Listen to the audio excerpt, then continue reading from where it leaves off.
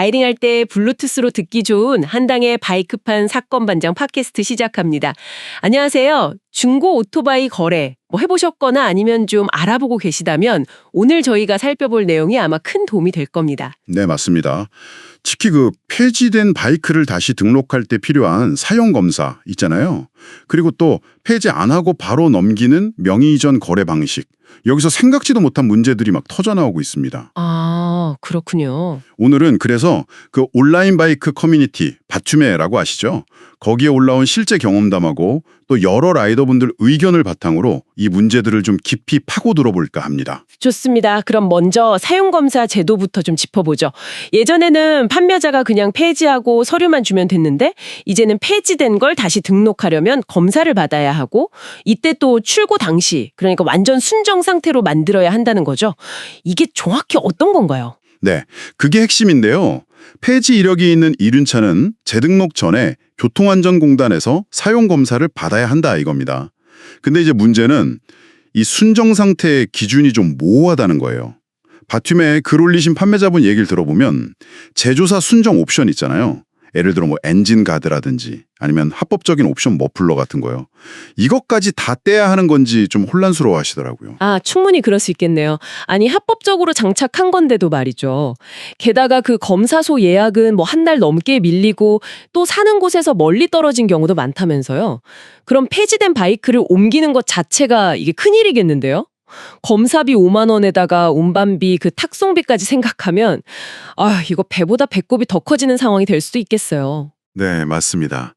다른 라이더분들 댓글을 좀 보면요. 합법적인 구조 변경, 우리가 흔히 구변이라고 하죠. 그 구변 서류가 있으면 괜찮다는 의견도 있긴 한데 문제는 검사소나 또 담당자마다 기준이 제각각이라서 불합격하는 사례도 있다고 합니다.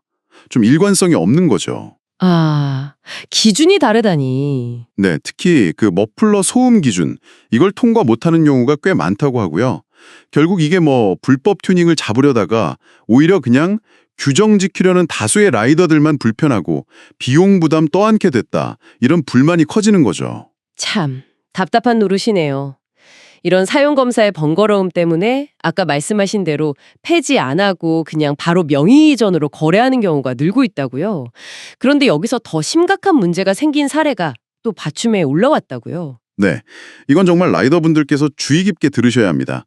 한 판매자분이 양도증명서까지 다 제대로 작성하고 구매자한테 바이크를 넘겼는데 글쎄 7개월 뒤에 경찰 연락을 받았다는 거예요. 네, 경찰에서요? 왜요? 구매자가 명의 이전을 안 하고 판매자 번호판을 떼서 그냥 다른 바이크에 붙이고 다니다가 적발된 거죠. 세상에. 심지어 그동안 쌓인 과속이나 법규 위반 내역 같은 거 있잖아요.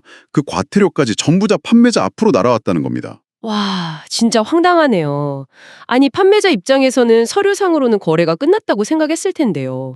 명의 이전 안 한 건 구매자 잘못인데 왜 판매자가 책임을? 그게 말이죠.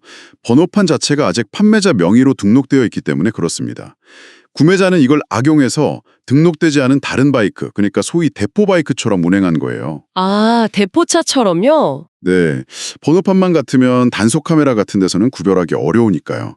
이건 명백한 범죄행위고 판매자는 졸지에 법규 위반자가 될 수도 있는 아주 위험한 상황인 거죠.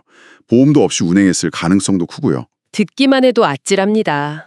또 다른 바툼의 사례를 보면 구매자가 바쁘다는 핑계로 이전 서류를 위임장으로 받아간 뒤에 잔금을 치르자마자 태도가 싹 바뀌어서 이전 비용을 내놓으라고 요구하면서 명의 이전을 계속 미루는 경우도 있었다고요.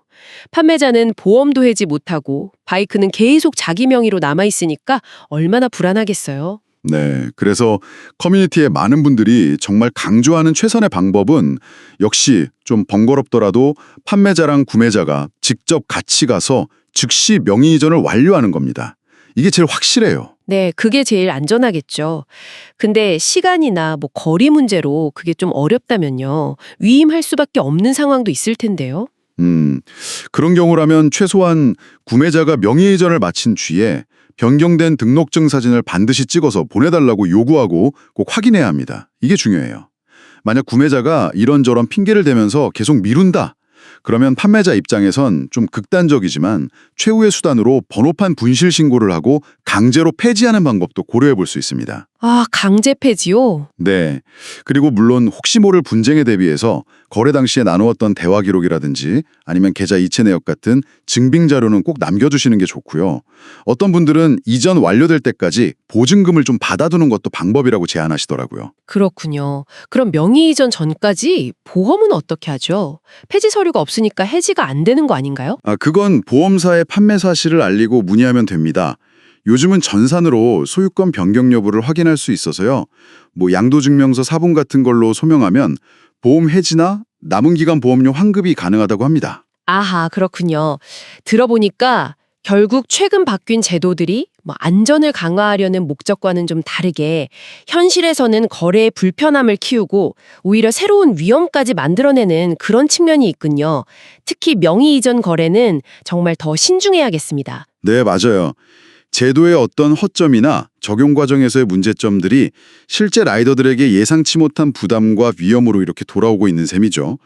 과연 이 규제의 실효성과 또 이용자 편의 사이에서 균형점을 제대로 찾고 있는지, 지금의 방식이 최선인지 좀 근본적인 고민이 필요해 보입니다. 네.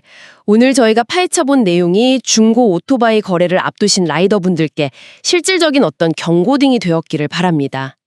결국 이런 질문이 남는 것 같아요. 규제가 현실의 복잡함을 따라가지 못할 때 그 책임과 위험은 온전히 개인에게만 맡겨둬야 할까요? 한당의 바이크판 사건 반장 팟캐스트는 여기까지입니다. 한당 채널 좋아요, 구독 꼭 부탁드려요. 감사합니다.